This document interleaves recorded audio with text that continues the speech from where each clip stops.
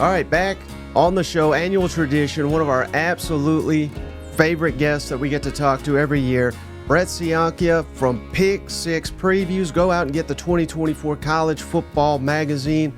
Brett, thank you so much for joining us.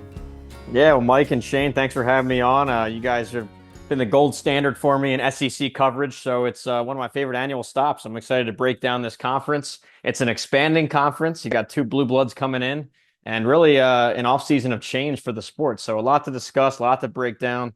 I'm really excited for it. And real quick, before we get, people are here, they want SEC content. I get all that, but your magazine gets better and better every year, and it was already damn good when I discovered it several years ago, and it's blowing up. You got people like Scott Van Pelt, The Bear, Josh Pate, Cole Kubelik, the list goes on and on and on. People that are supporting you and loving the work that you do. So I just want to give you that compliment and let the audience know how far you've come. But just can you give us an idea what it means to get all this feedback and how much you pour into this magazine that really is the gold standard of college football preview magazines?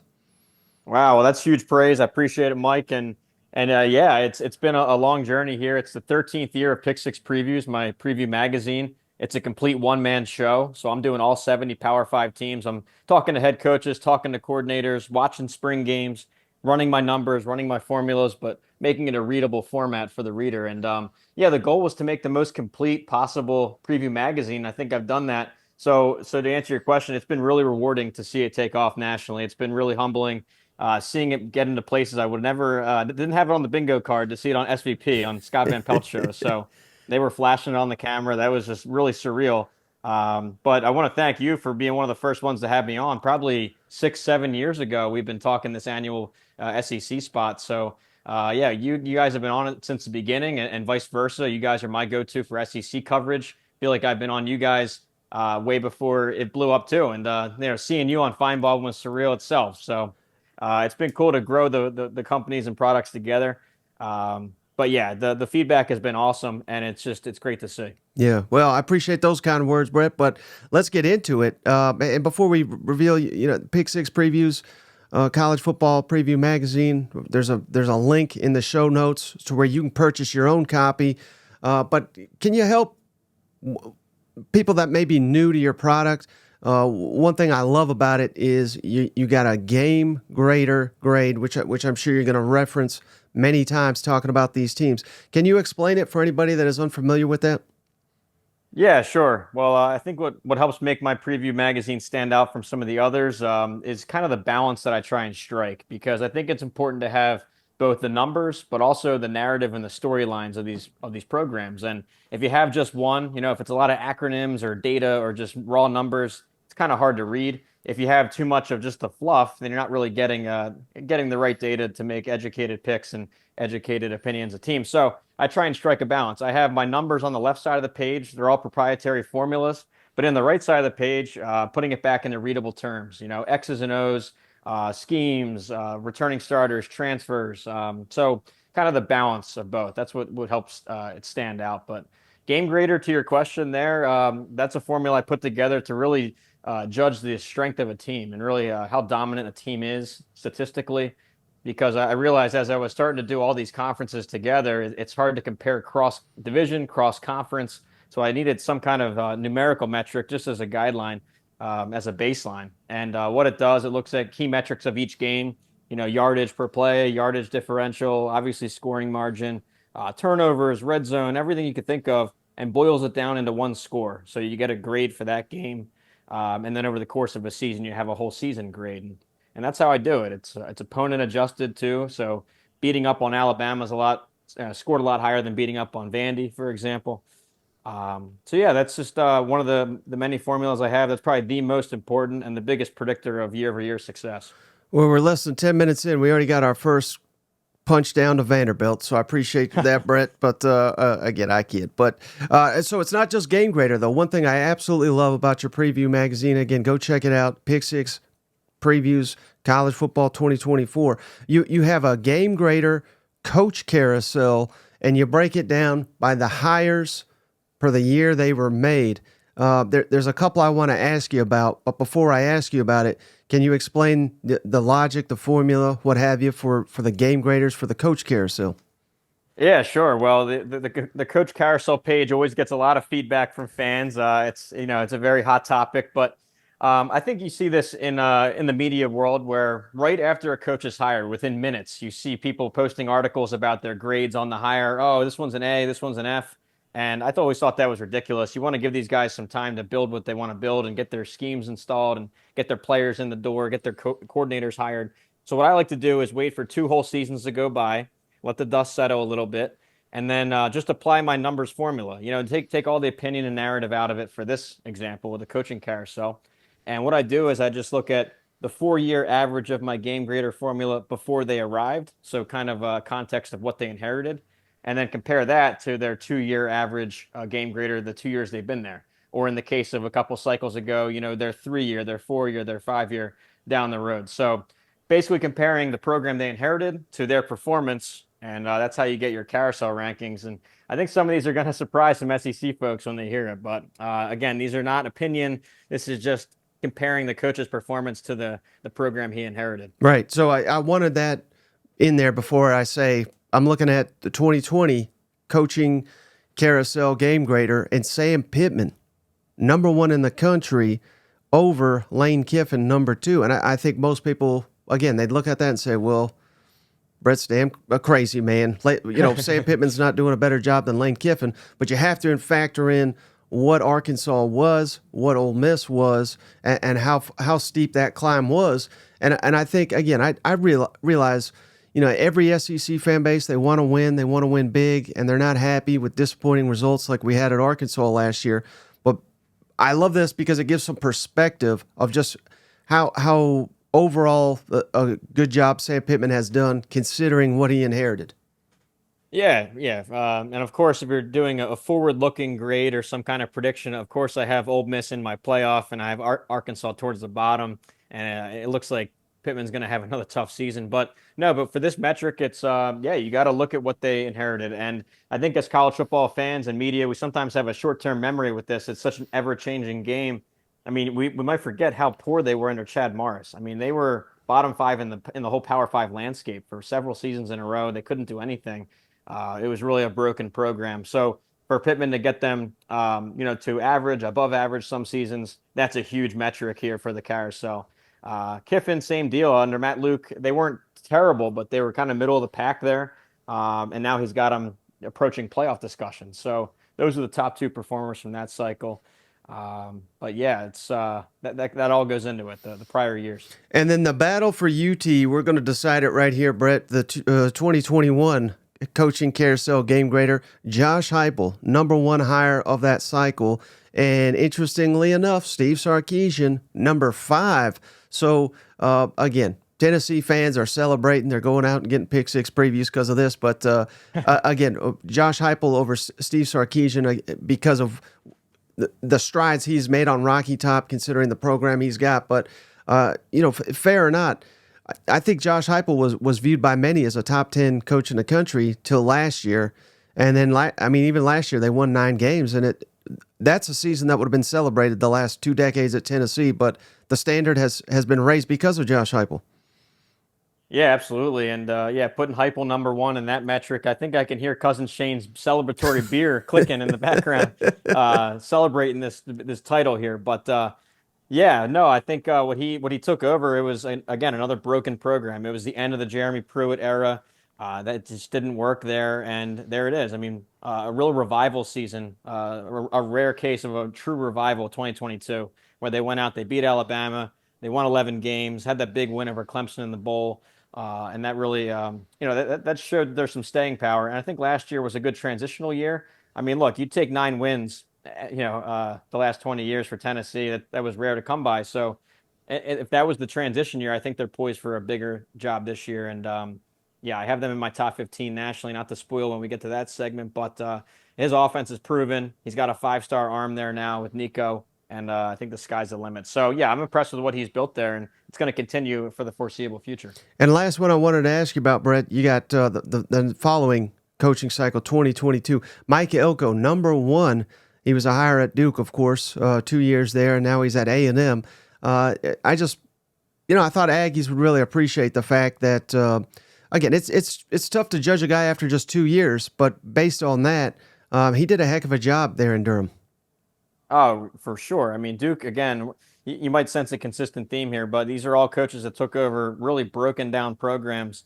They were 2-10 in 2020, and then 3-9 in 21. That's what he was walking into in Durham, and right away goes out, wins 9 games in the transition year, and then if you remember last Labor Day night, beating Clemson, and not just beating them, but smoking them 28-7. Really an all-time moment for Duke football there. And this is a roster that he inherited there that was not packed with blue chippers at all. No 4 stars, no 5 stars. So to be able to grind out that amount of wins was really impressive. So he's taking over a really, really nice situation at Texas A&M roster wise compared to what he had at Duke. All right, so we'll get into the Aggies in just a minute, but let's get into your SEC projections in the Pick Six Previews College Football Preview Magazine. No surprise, Brett. If you don't got Georgia number one, I would question the rankings, and that's not you. That's just everybody. But Georgia number one. Are they far and away number one, or is it a close race here? I've been calling Georgia the 33rd NFL team. It's really a machine that he has built there. And you know what stands out this time around? There's two things. One, the amount of returning production that's coming back. Normally at these dynasty caliber programs, Georgia, the Saban, Bama teams, Ohio State, they cycle through their players faster than the others because these are 5 stars that are going to the pros after 3, 4 years on campus. So they're usually low in the returning production number. This time around, though, Georgia has a lot back, and that's already coming off of a team. They finished number one again in my formula last year. I know that the committee thought otherwise and that it was a 4-team bracket that they didn't land into, but I think they could argue as one of the best in the country, if not number one again. So, yeah, I think there's a gap there. Georgia's the clear best team to me in the SEC, and they're right there with Ohio State as the top two dogs nationally. But yeah, I think that it's a very complete roster. There's 5 stars everywhere. It's the best high school talent. It's the most draftable prospects if you look at the 2025 consensus mock. So yeah, I like Georgia here. Would it surprise you at all, though, Brett, if Georgia loses a game, given that you may have number one, and I do as well? So, I mean, that's not a bold take or anything, but just their schedule. I mean, they're playing at Bama, they're playing at Texas, they're playing at Ole Miss, they play Tennessee, Florida could be improved, Clemson.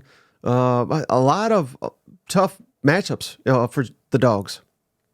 Yeah, I don't know that I see 12-0, but definitely yeah, because they're the only team I think in the SEC that draws 4 of those top 5. It's aside from themselves, it's the next 4 best teams in the SEC in my opinion. So yeah, it's a brutal schedule draw. They also get Clemson in the neutral game to open up, and I think they'll be fine there. I would take them with the points, but still, this is not an FCS opener or anything. So yeah, it's a grind. But my point is that I think over the course of a super conference season that we have now and a super conference title game, and then now an expanded bracket where you got to win 3 or 4 of these high caliber games, I think depth and high quality depth is going to be the answer over the course of a longer bracket. So they're the deepest roster. They're the best talent, top line and too deep. So they're my pick for the national championship. Well, I think the $1 million question all off season in the SEC is how good will Texas and Oklahoma acclimate to playing in this conference? And clearly, you're buying in to the hype for Texas. You got them number two.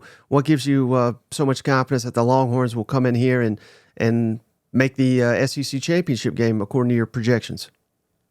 Yeah, well, I think if you had asked me 5 years ago how Texas would fare in the SEC, I would have laughed at it and probably called them middle of the pack or below average. I mean, remember Arkansas was blowing them out a couple years back. I think it was 2020 or 2021, but no, I think that they've really upgraded the recruiting, and I say that because they've always been top 10 in recruiting, but the way they've shifted into the trenches now, they're building it the right way. A really strong offensive line. Just last year, they had 2 All-American defensive linemen. I know both are now in the pros, but goes to show you it's not just flash, it's not just defensive backs and receivers anymore. They have the whole package. And I really like Quinn Ewers entering his 3rd season as a full-time starter. He already made a big jump in his 2nd year. And their arsenal at receiver is impressive, really upgraded there through the portal. So it's just a deep team. And looking back on last year, I don't think it was a fluke. They finished number 4 in my game grader, and they impressed. They were a few yards away from making the national title game. So I think it's the real deal. I don't think it's a fluke at all. And yeah, I think they're going to fit right in a really competitive super conference. But they do have a tough non-conference game. Well, not as tough as it would have been last year, of course. But week 2 in Ann Arbor against Michigan, you've got Michigan number 12. What do you like about Texas in that matchup, and what are maybe some concerns where maybe Michigan matches up really well with Texas? Well, I like with Texas here that they're catching them early in the season, and this is a really a transitional type of team with Michigan. They're going to catch them brand new. I think only one starter's back on Michigan's offense, and that's their tight end, and then only a handful on defense are back. And you have the coaching change at the top, a coordinator change on defense. Now you see all these off the field drama sparking up again about their NCAA investigation. It's just a mess up there. So. And then in terms of 110,000 fans, that's the quietest 110,000 I've ever seen. I was up there for a game. It's not that intimidating based on the size of the stadium. So I think Texas will be fine. They've already been on bigger stages than this, and they're going to catch a young or new Michigan team. So all around, I like Texas to win that one. Could you ever imagine, Brett, in your wildest dreams, given what Alabama's done the last 20 years? We haven't mentioned them yet, but we do have Ole Miss, number 3. How bizarre is it? And hey, quite frankly, I agree with it. I'm not calling out this election, but just how bizarre is it that Ole Miss here, top 3 in a 16-team SEC? Oh, absolutely. Well, yeah, 13th year doing pick six previews. This is by far we've ever forecasted them. Not just number 3 in the SEC, but that's good for number 5 nationally. And this is high praise for Ole Miss.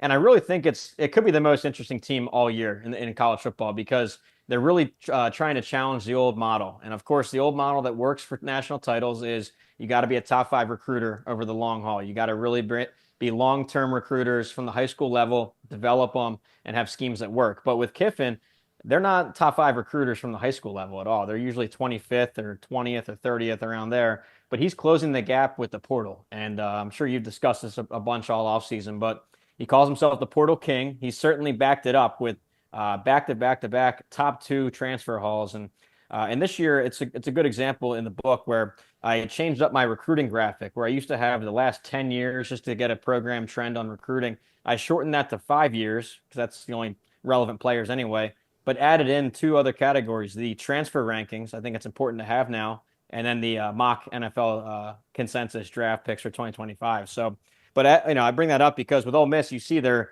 top 25 barely in high school recruiting, but it skyrockets to number 1 in the country from the portal. So I think it's fascinating. We'll see if he can break the trend. I think that they're poised for a lot of wins. It's a deep offense. The defensive line got 2 all SEC guys coming in from the portal. 7 guys were on my all transfer team. It's going to be cool to watch. And not to mention his dynamic offense. Right. And one other thing I wanted to hit you up with Ole Miss, again, being number 3 means you would miss the SEC championship game potentially, but is that a bad thing, do you think, in this new format? Because I wonder if enough people are discussing that because, again, why get your head kicked in against Georgia or Texas when you don't have to? I get it. You wouldn't get a bye in the playoff, but not playing that championship weekend is essentially a bye.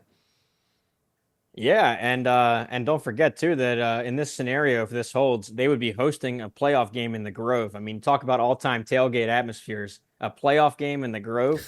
So yeah, if you're going to dodge a rematch with Georgia potentially by not playing the SEC title game, then you get to host and probably be favored at home in the Grove for a huge moment in college football history.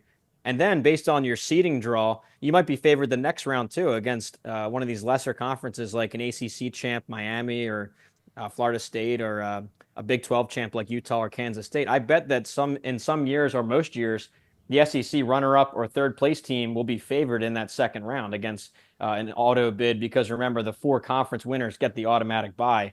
Not necessarily meaning they're the 4 best teams in the country, but they're going to get a bye. Mm-hmm. So, yeah, I think it's a favorable draw, and I think that you're going to see more and more SEC getting in the bracket and making deeper runs. All right, so at number 4, you got Alabama, clearly high on them, but maybe not as high as usual, but still, 4 in the SEC is firmly in the top 10 in the country. What's your thoughts on Kalen DeBoer year 1 down there in Tuscaloosa? Yeah, well, I think when Nick Saban retired, of course, we're losing a legend in the sport, and it really sent a domino effect across the whole country, coaching carousel wise, transfer wise. But I think it was a little bit rushed for some of the national media to just write them off. I think you saw a lot of, okay, well, Saban's gone, Alabama's done, that whole thing's over with. But I think when the dust settles, it's really a talented roster. I mean, you go position by position. There's five stars everywhere, and I've been really impressed with DeBoer, what he did at Washington. But before that, at the D2 level, even as a coordinator, he's been great. It's always great offensive play. So he inherits quite the roster. A Heisman candidate with Jalen Milroe. I know they do lose their top two backs and top three receivers, but like I said, it's just a conveyor belt of five stars here, and I'm confident they're going to have some stars emerge. And yeah, so you say fourth in the SEC. That might sound bad, but I have the SEC landing four in the playoff bracket. So I think that they're still playoff bound. I would like them to make it based on my projections. So you still have a solid top 10 team here. Any concern at all that the road trip up to Wisconsin could be a tricky game? I believe that's year two for that staff. How does Alabama match up on the road at Wisconsin?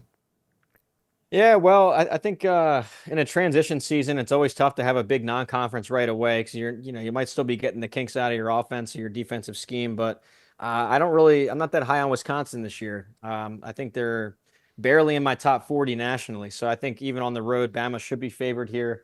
I know they are getting a second year bonus up there with their new offense under Phil Longo. It's not the usual Wisconsin that you'd picture.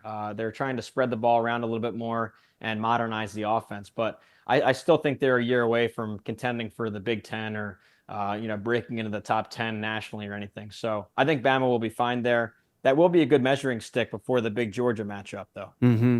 All right, number five, you got Tennessee. Cousin Shane celebrating that one, but so it certainly sounds like you believe Tennessee will be taking a bounce closer towards what they were in 2022.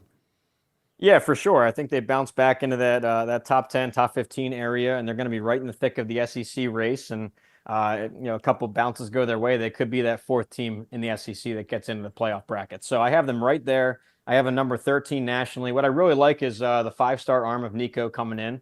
We saw him a little bit in the bowl game. He started there against Iowa, a really strong defense, and they put up some touchdowns on him. I think the offense scored 21 or 28. I know the defense had a score or two. But still an impressive performance there as a first-time starter. Three starters back on the offensive line with Cooper Mays, an all-SEC caliber guy. The receivers are back. But really, I think this gets overlooked, Mike, is the defense. I really like their front seven. And their coordinator, Tim Banks, he's very open about it. He calls it the best defensive line in the country. And I don't think that's far off, as crazy as it sounds. I think they're right up there, top 10. James Pierce might just be the number one pick in next year's draft. Definitely an all SEC, all American kind of guy there. And yeah, really balanced team. The question is the secondary and the pass defense, but there's enough here that I really like them to stay towards the top of the conference. Mm-hmm. And how well do they match up week two? Technically, yeah, I guess we can't call it on the road, but it's in Charlotte, not neutral site. Please, no more neutral sites, whoever's running these things. But I guess NC State, who you've got in your top 25, how do you like Tennessee in that matchup? Yeah, well, with NC State, it's a very veteran team. I think you're going to see that. They had a lot of guys that could have gone pro or hopped into the portal and gone elsewhere, but they're all back. But no, I like Tennessee to match up here and win this one at the neutral site.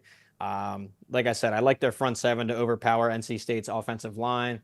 And they're, the question for NC State is a quarterback. They brought up Grayson McCall from Coastal Carolina. So how quickly can the Sun Belt, he's a Sun Belt Player of the Year, but does that translate to the SEC? So I don't know. I think Tennessee's defense is going to do just fine against NC State and get a W there. Number 6 in the SEC, you got LSU. So clearly, I mean, this is a tricky team for me to project, Brett, with how awful they were on defense, losing some key pieces on offense. But this certainly seems like you're putting a lot of faith in Brian Kelly and company to coach up his team after 20 wins in their first two seasons at Baton Rouge. Yeah, really variable team here. I'm not sure what to think of them either because they recruited a top 5 clip. They haven't needed the portal as much as others, and you bring a lot of starters back. But what stood out with LSU last year is just how one-sided they were. I mean, if you think of Iowa as being only defense, LSU was kind of the anti-Iowa last year. It was all offense. It was incredible to watch. You had a Heisman winner, 2 first-round receivers, Really dynamic, fun to watch offense, but defense couldn't stop anybody. So here's what I really like about Brian Kelly is he addressed it right away. And LSU went out, they poached Blake Baker off of Missouri, gave him the biggest coordinator contract in college football history, 2.5 mil. So I think a fresh set of eyes there is going to do wonders. They have blue chippers everywhere on this roster. I think defensive line might be a question, but overall, I really like LSU. I still have them top 15 in the country, but in the super conference, that's only good for sixth. And how do they match up in the opener against Southern Cal out in Las Vegas? Another neutral site matchup, but again, I don't know how much these statistics really matter, Brett. But I'm going to cite them till we get there because we got to have something to talk about. But LSU hasn't won a season opener since 2019. What's your thoughts on that matchup? Yeah, well, USC was a similar mold to LSU last year, where it was all offense and no defense. They made some interesting hires themselves, similar to how LSU signed Blake Baker. USC, they shifted their whole defensive staff around. He finally fired Alex Grinch, his longtime coordinator on defense, and brought in three big names to coach up that side of the ball, with Danton Lynn coming over from UCLA. And then North Dakota State, the Bison, their head coach, Matt Entz, came down to be the linebacker coach. So really pack the staff, and they recruit well out there. So it is a little bit of a mystery what you're going to have with USC. But if the last couple years are any indicator, they've struggled in the trenches. I think LSU's powerful offensive line will be able to control that side of the game, and I'll call for LSU here. Now, number 7 in your SEC projection standings here, Texas A&M, another very difficult team to gauge. They got all the potential in the world. What's your thoughts on the Aggies? Yeah, well, now that we're in this part of the conference, you have three teams that are really interchangeable for me rankings wise. You have Texas A&M, Missouri, and Oklahoma, and some of the things that started standing out are schedule boosts and schedule draws and all that. So without the SEC East and West, without your divisions and your predictable opponents, this whole schedule grid is just all over the place. So A&M and Missouri get great schedule draws, with A&M only facing three of the top eight. What I like about them is I think with Mike Elko, I mean, he's a proven program builder. He did it at Duke with a lot less talent. And then here, I think he's going to stabilize this program. They recruit well, and even though they lost some transfers, they still have blue chips everywhere. The big key for me is can Connor Wigman stay healthy? Because when he's been on, he's been really good. It's just been an injury-riddled career. But if he stays healthy, I like Elko's chops on defense to get that defensive line up to standard. And yeah, there's a lot to like with A&M. I think they're being overlooked nationally. And they have a huge opener against Notre Dame, where you have them projected number 6. I think that's the highest I've personally seen Notre Dame. College game day is going to be there. It's just going to be a massive showdown. What do you like? That potentially favors A&M in that matchup, and maybe what are some things that favor Notre Dame in that opener?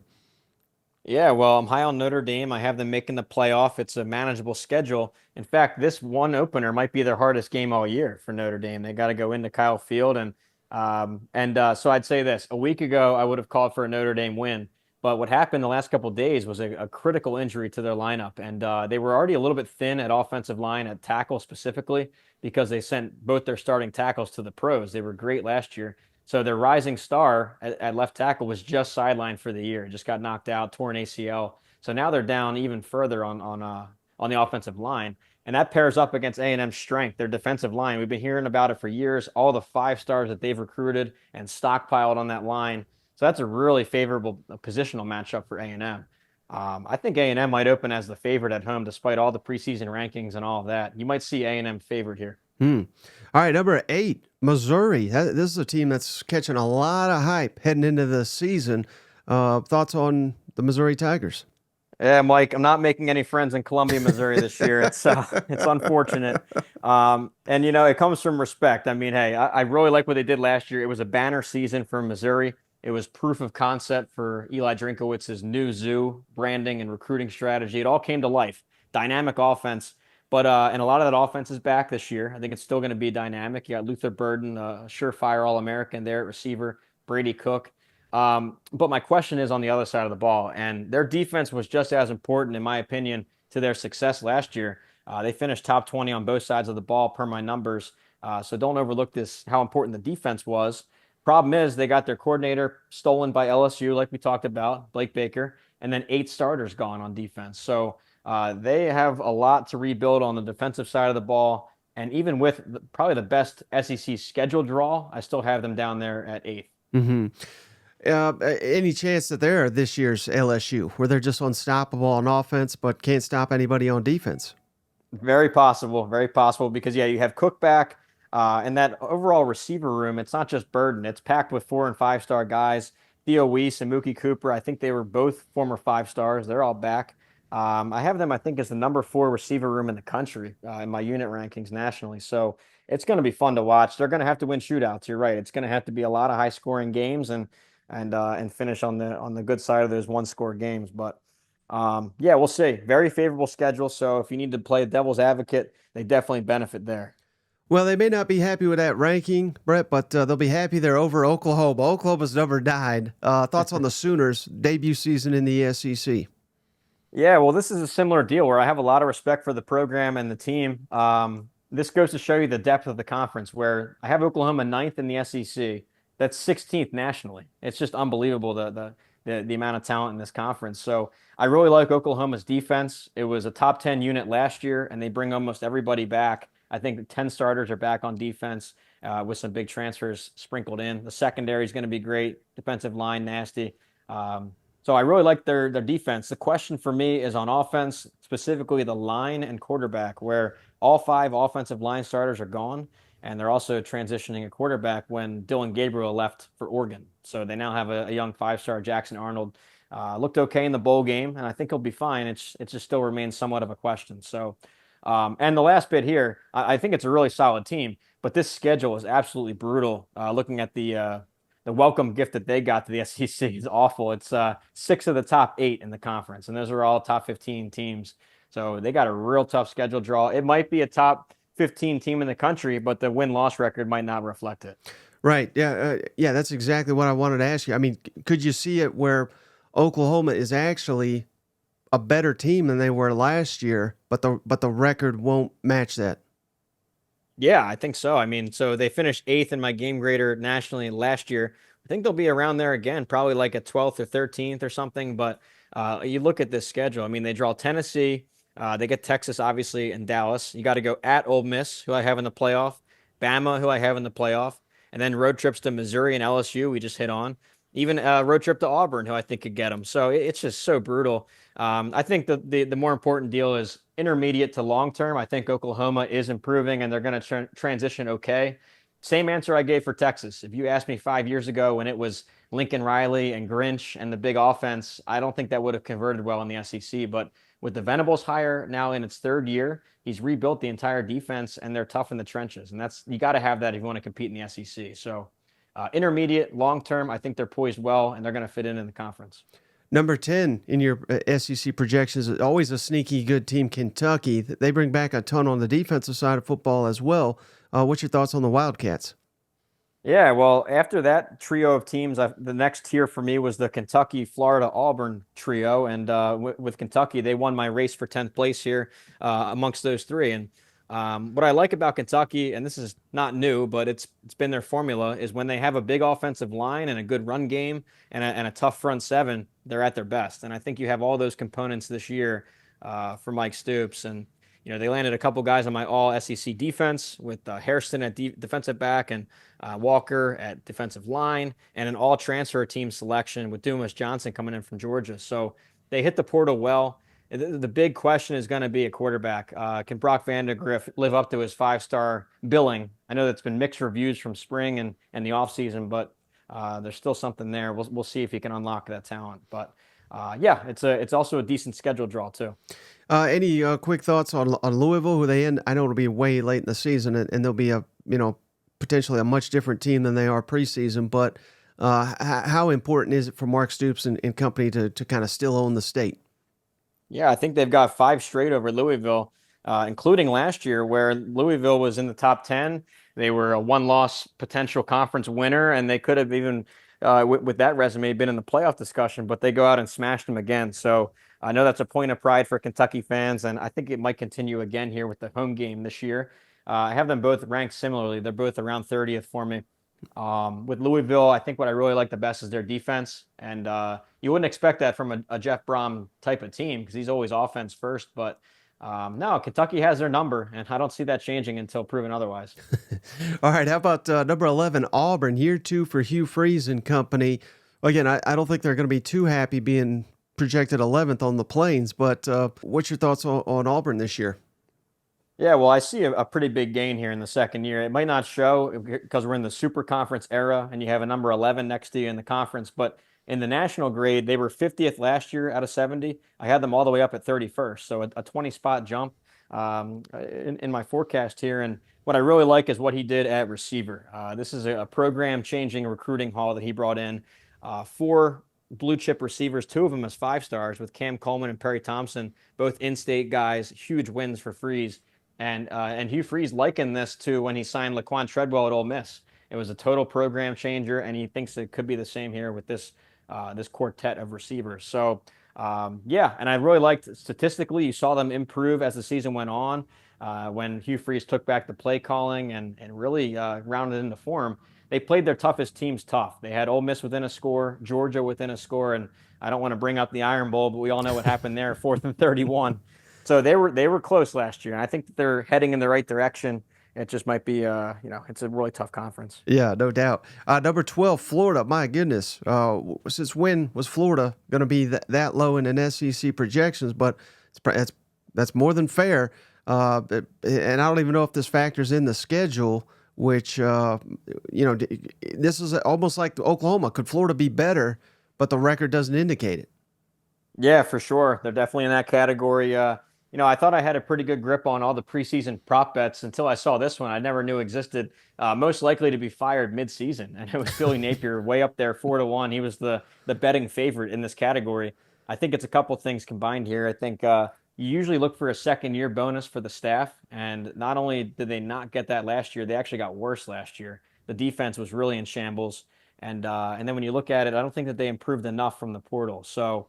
It's going to be another year of struggling there, and you talked about the schedule. It's a tough SEC draw itself, drawing 6 of the top 7, right there with Oklahoma as the toughest SEC draws. But then it gets worse because in the non-conference, they scheduled the 3 in-state teams: Miami, Florida State, and UCF. I have all 3 of them ranked in the top 25, with UCF being somewhat of a sleeper, but still, these are 3 really tough non-conference games on top of what A&M, Tennessee road trip, Texas road trip, Georgia, Ole Miss, LSU. It's ridiculous, the schedule. So even if they make big improvements, they might still go 6-6, and that's not going to cut it in Gainesville. So again, I mean, I don't need you to hot take or anything like that. But you think even just 6-6 is cause for dismissal for Billy Napier? I think so, and I'm not a Florida insider or any kind of booster or anything, but I think that if I were, the one metric I would really look at, if I think Florida, for them to reach their program ceiling, to be at their peak, they got to dominate in recruiting. They got to be a top 5 annual recruiter, given their location, given their history, their tradition. That's got to be a top 5 recruiting program, and he has not done that. He's had 3 full cycles now, and they ranked 17th, 15th, and 14th. That's not going to cut it, especially in the SEC, where that's just average at best. So I would look at that. I would look at the recruiting struggles, and then the on the field, back-to-back losing seasons. This might be a third one. It's not going to cut it. So, yeah, I would say it could be the last year for him. Now, number 13, you got the South Carolina Gamecocks. Is this a case of, do you think the program is potentially trending downward, or is it, I mean, this is another one, a brutal, brutal schedule where I see only 4 games that are for sure wins, and I think every other one, they're going to have to fight and scratch and claw for every win above 4. Yeah, I think it's just the fact of it being such a deep conference. I think they're 13th in the SEC. I have them 40th nationally, so about middle of the pack, Power 5. That might be a contender in other leagues, but here in just such a brutal conference, they're behind in recruiting, they're behind in transfers. It sounds silly to say because they're top 20 in both, but like you're talking about the best of the best. So I think they're behind. And, I don't think that they backfilled enough at quarterback, losing Spencer Rattler. I don't know about these two with Sellers and Robbie Ashford, who we saw at Auburn. At receiver, they lost their best guy, Juice Wells, and their best tight end receiver with Leggett. It's just I don't think that they backfilled enough. I did like one addition they made with Rocket Sanders coming in from Arkansas. I think he's all SEC caliber at running back. And it's not all negative. I like what they did on defense. I think Coach White is doing a great job. And I put this in the book that over the last 5 games, they were playing top 10 caliber defense. If you look at the numbers, they were really surged there in November. So that there's the positive angles. I just see it's such a tough conference that they're towards the bottom. Mm-hmm. And any chance that they could beat Clemson? You think in the finale? Last time they went to Clemson, they won, but again, that was 2 years ago. Well, I think straight up, yeah, I think that it's definitely possible. I think especially with rivalries, you can throw any kind of record or recruiting rankings out the window. And yeah, they already got them last year, but or 2 years ago. But yeah, with Clemson, I'm really fading them this year, and I have them third in the ACC. I have them under the 9.5 win total. That's one of my best bets of the year. There, fading them under 9.5. Georgia's going to rip them up in the opener, and then South Carolina might make it 2-0 for the SEC against Clemson in the finale. So who knows? It's hard to project that far out. Yeah. But they have a good a shot as anybody. So we'll see. When we talked some Razorbacks earlier, this is where you have them, number 14. Sam Pittman and company treading water here. What's your thoughts on the Razorbacks? Yeah, well, with Arkansas, the things that I liked most about their program was the offensive line, the quarterback KJ Jefferson, and the running back stable. But now, in the blink of an eye, those three strengths, they're all gone. I mean, the offensive line has now fully regressed to where it was under Chad Morris. Jefferson's at UCF now, and Sanders is in South Carolina, like we talked about. So all the best things about Arkansas, I think, are now in transition mode again. Now, they needed something, needed a big jolt of energy to try and spark a revival, and they did just that with Petrino coming in. I mean, what a hire. And he knows that place. He knows offense. He can build a great offense, but I just don't think they have the roster talent and the firepower to break through all of a sudden. So you see their win total 4.5 is the number. It's going to be tough to get back to bowl season. But they do, and again, maybe this goes exactly what you're just saying. But week 2, they go to Oklahoma State, which you have as a top 25 preseason team. If and big if here, but if they can pull off that upset, could Arkansas be a surprise team this year?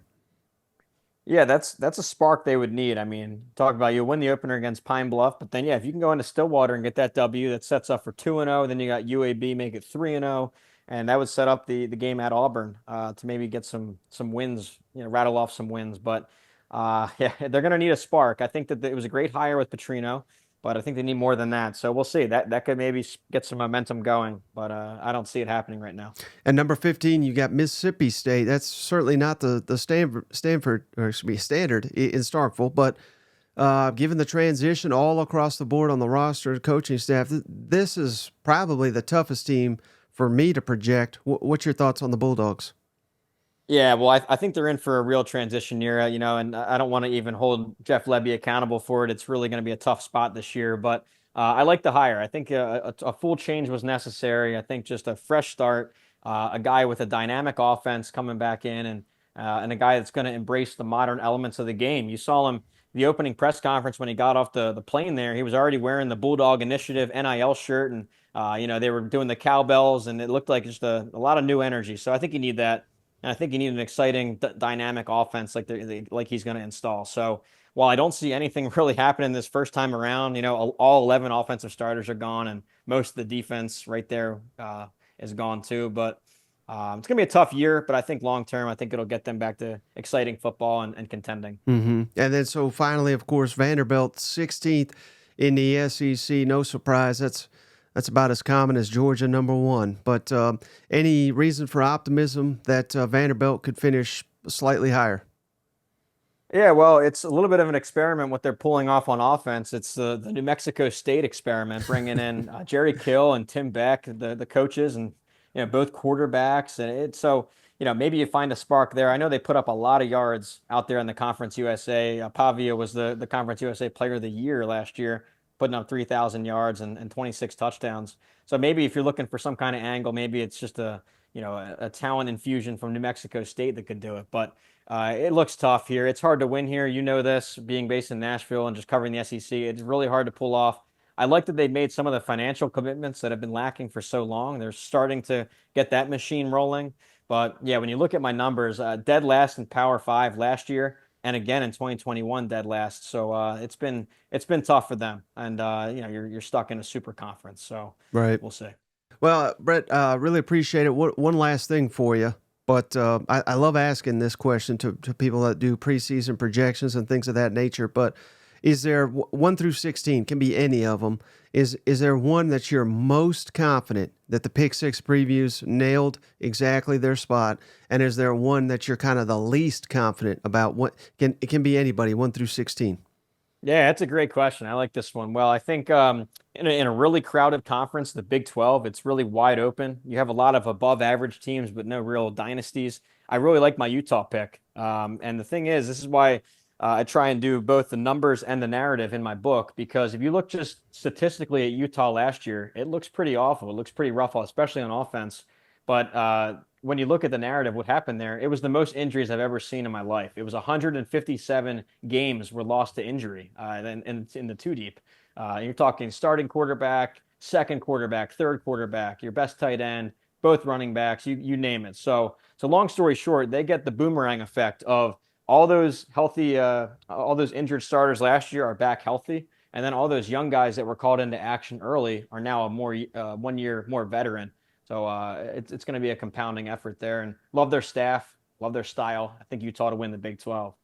But and your other half of the question, team I'm least confident in. I'm looking at Florida State here. This is a team where they had a really special run last year. I thought they were snubbed by the committee. They really should have been in there undefeated from a Power Five league. But they lost so much to the NFL. A lot of those star pieces are gone.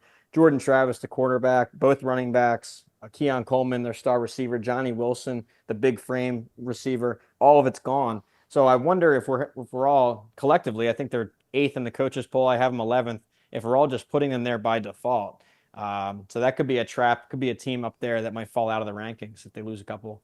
So yeah, I would say Florida State, a true transition year, and who knows what they really have. All right, Brett. Again, can't thank you enough. Before you go, can you tell the audience what is the best way to follow you, and what is the best way to buy the best college football preview magazine out there, the Pick Six Previews? Oh, there we go. Appreciate it. Yeah, it's pick6previews.com is the only place to get it. And on there we have testimonials from the college game day guys, and we got sample pages so you can see what we're all about. And we have the hard copy edition as well this year, along with the digital copy too. So, and if you buy the hard copy, you also get the digital emailed right away. So for those few days where it's in transit, you have access immediately. So yeah, really appreciate it. Give us a look, pick6previews.com. And then on Twitter, it's just at Pick6Previews, and it's content all throughout the season. All right, thanks again, Brett. Enjoy the season. This is the best time of the year, and I know you're just as excited as we are. Oh, can't wait for kickoff, and I really can't wait to get to a big SEC game this year. I'm going to be heading down to Georgia at Alabama in week 4. Ooh. It's going to be one of the games of the year. It's going to be electric, a night game in Tuscaloosa. I've never been down there, so I'll be looking for some recommendations from your listeners once that gets closer. Absolutely. All right, thanks again, my friend.